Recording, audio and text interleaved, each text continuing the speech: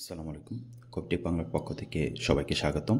শিক্ষার্থী, আশা করি তোমরা প্রত্যেকে ভালো রয়েছো। তোমরা যারা 2025-26 সেশনে অ্যাডমিশন টেস্ট দিবা ডিপ্লোমা ইন ইঞ্জিনিয়ারিং যেই পলিটেকনিক ইনস্টিটিউটে অ্যাডমিশন দিতে যাচ্ছ শিক্ষার্থীবৃন্দ, ইতিমধ্যেই আমি তোমাদের রসায়নের কয়েকটি অধ্যায় মূল বই থেকে কোন কোন টপিকটা পড়বা সেটা দেখিয়ে দিয়েছি, পর্যায় সারণী রাসায়নিক বন্ধন পর্যন্ত। হ্যাঁ, রাসায়নিক বন্ধন এবং মৌলের ধারণা ও রাসায়নিক গণনা এটাও দেখিয়েছি।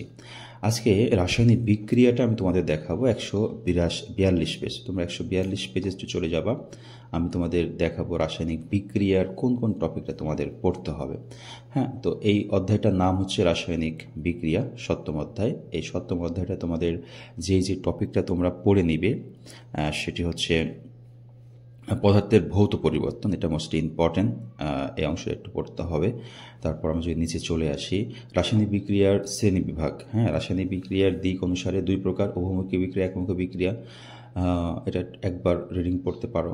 তাছাড়া আমরা যদি দেখি তাপ উৎপাদিত তাপহারী বিক্রিয়া, এটা মোস্ট ইম্পর্টেন্ট, এটা তোমাকে পড়তে হবে। হ্যাঁ, তারপরে জারণ বিজারণ বিক্রিয়া, মানে ইলেকট্রন স্থানান্তর বিক্রিয়ার ভিতরে জারণ বিজারণ বিক্রিয়াটা তোমাকে পড়তে হবে, কোন বিক্রিয়াটায় জারণ বিজারণ হয়েছে। হ্যাঁ, সেটা তোমাকে জানতে হবে। এরপর আমরা জারণ সংখ্যা নির্ণয়, এটা মোস্ট ইম্পর্টেন্ট, যে একটা এরকম যৌগ দিয়ে দিবে, বলবে যে সালফারের জারণ সংখ্যা নির্ণয় করো, তার মানে তোমাকে জারণ সংখ্যা নির্ণয় করো 100% শিখতে হচ্ছে। ওকে, জারণ সংখ্যা নির্ণয়ের জন্য। এরপর আমরা একটু নিচে চলে যাব। নিচে যদি যায় তাহলে আমরা পড়ব হচ্ছে এখানে কিছু বিক্রিয়া আছে। এই বিক্রিয়ার ভিতরে আমরা যেটা পড়ব সেটা হচ্ছে নন রিডক্স বিক্রিয়ার ভিতরে প্রশমন বিক্রিয়া এবং হচ্ছে অধক্ষেপণ বিক্রিয়া। এই দুটো একবার রিডিং পড়বো। হ্যাঁ, পড়লে গেল। তারপর হচ্ছে আমরা যাব হচ্ছে আদ্র বিশ্লেষণ বিক্রিয়া, আদ্র বিশ্লেষণ বা পানি যোজন বিক্রিয়া, এটা একবার পড়লাম।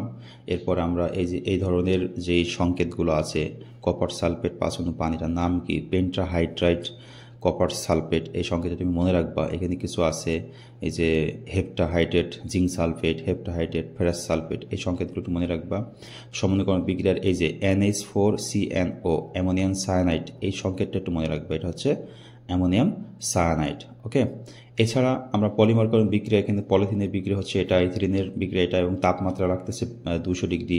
অক্সিজেন হচ্ছে প্রভাবক হিসেবে কাজ করছে, আর 1200 অ্যাটমসফিয়ার প্রেশার কাজ করবে। এই জিনিসটা তোমাকে মনে রাখতে হবে এখান থেকে।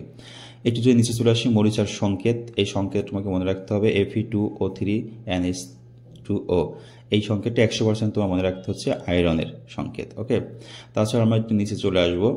নিচে আসার পর আমরা দেখব হচ্ছে বিক্রিয়ার গতির হার। গতির হারের এখানে তোমাকে যেটা পড়তে হবে সেটা হচ্ছে লাসাতেলিয়ান নীতির যেই 3টা প্রভাবক রয়েছে, সেটা হচ্ছে তাপ এবং চাপের প্রভাবক। এখান থেকে সবচেয়ে আমরা বেশি পড়ব হচ্ছে তাপ এবং চাপ। এই তাপ আর চাপটা একবার জাস্ট রিডিং পড়লে হবে, তাহলে তোমার এই অধ্যায়টা শেষ হবে। এরপর তুমি চলে যাবা পরের অধ্যায়। এগুলো পড়তে একদিনে তুমি রসায়ন শেষ করতে পারবা। রসায়ন ও শক্তি, রসায়ন শক্তি, এই অধ্যায় থেকে তোমাকে প্রথমেই রাসায়নিক বিক্রিয়ার যেই বন্ধন শক্তি, এগুলো একবার রিডিং পড়লেও সমস্যা নেই, না পড়লেও সমস্যা নেই। এখান থেকে একটা ইম্পর্টেন্ট বিষয় রয়েছে শক্তি পরিমাপের একক। শক্তি পরিমাপের একককে কিলো ক্যালোরি বলা হয় বা ক্যালোরি বলা হয়। এখন বর্তমান 1000 জুলকে 1 কিলো জুল বলে। আর এই সম্পর্কটা তোমাকে মনে রাখতে হবে, জুল ও ক্যালোরি সম্পর্ক। 1 ক্যালোরি সমান 4.2 জুল অথবা 4.18 জুল। মাঝে মাঝে 1 জুল সমান আসবে। 1 জুল সমান যখন হবে তখন কিন্তু তোমার এই 1কে এটাতে ভাগ করে যেটা হয় সেটা উত্তর করে নিতে হবে মনে মনে। এছাড়া এখানে তাপহারী তাপ উৎপাদী বিক্রিয়া, যে আমরা এর আগে দেখেছি ওই অধ্যায়ে, ডেল্টা এইচ এর মান যদি ধনাত্মক হয় তাপহারী বিক্রিয়া, ডেল্টা এইচ এর মান ঋণাত্মক হলে তাপ উৎপাদী বিক্রিয়া, এটা একটু মনে রাখবা, ডেল্টা এইচ এর মানটা। ওকে, আমরা একটু নিচে চলে যাব। রাসায়নিক বন্ধন, ডেল্টা এইচ এর মান বের করা, এটা ততটা ইম্পর্টেন্ট না, যেহেতু অঙ্কটা অনেক জটিল, সময় লাগবে, সেই ক্ষেত্রে দিবে না। ড্রাই সেলের এটা তুমি একটু পড়বা। ড্রাই সেলের যেই গঠনটা রয়েছে, ড্রাই সেলে কী কী আছে একটু পরে আছে, আমরা আসবো। আচ্ছা, এই জায়গাটায় ফটোকেমিক্যাল ধোয়া, এটা একটু পড়তে হবে। ওজোন গ্যাস, এই টপিকটা, অ্যাসিড বৃষ্টির এই লাইনটা তোমাদের পড়তে হবে। 179 পেজের এই লাস্টের এই পেজটা, ঠিক আছে। তাছাড়া আমরা যদি একটু দেখি গ্রিন হাউস গ্যাস, এটা তোমাকে একটু পড়তে হবে। আর এখানে যে রয়েছে তড়িৎ বিশ্লেষ্য, অবশ্যই পড়তে হবে। এখানে আসতে পারে যে sodium chloride, sulphuric acid, ethanoic acid, এগুলো তড়িৎ বিশ্লেষ্য হিসেবে ব্যবহার করা হয়, এগুলো তোমাকে পড়তে হবে। তাছাড়া যদি আমরা একটু নিচে যাই, যে নিচে এই যে এই লাইনটা একটু পড়বা, চার্জ মুক্ত হওয়ার যেই সিরিজ, এটা একটু পড়ে নিবা। হ্যাঁ, ইলেকট্রোপ্লেটিং এখানে তেমন কিছু পড়ার নাই। ড্যানিয়েল সেল কত সালে আবিষ্কার করেছে, যে জন ফ্রেডরিক ড্যানিয়েল 1836 সালে আবিষ্কার করেছে, এটা একটু পড়ে নিবা। তাছাড়া এখানে আমরা যদি দেখি এই যে লবণ সেতুর ব্যবহার কীভাবে হয়, লবণ সেতু কোথায় ব্যবহার হয়, গ্যালভানিক সেলে ব্যবহার করা হয়। গ্যালভানিক সেল এখানে আমরা জানি একটা হচ্ছে বিদ্যুৎ দিয়ে রাসায়নিক বিক্রিয়া করা, একটা হচ্ছে রাসায়নিক বিক্রিয়া ঘটিয়ে বিদ্যুৎ তৈরি করা হয়। যেমন এই সেলটা রাসায়নিক বিক্রিয়া করে বিদ্যুৎ তৈরি করে, সেটা হচ্ছে গ্যালভানিক সেল, একটু মনে রাখতে হবে। হ্যাঁ,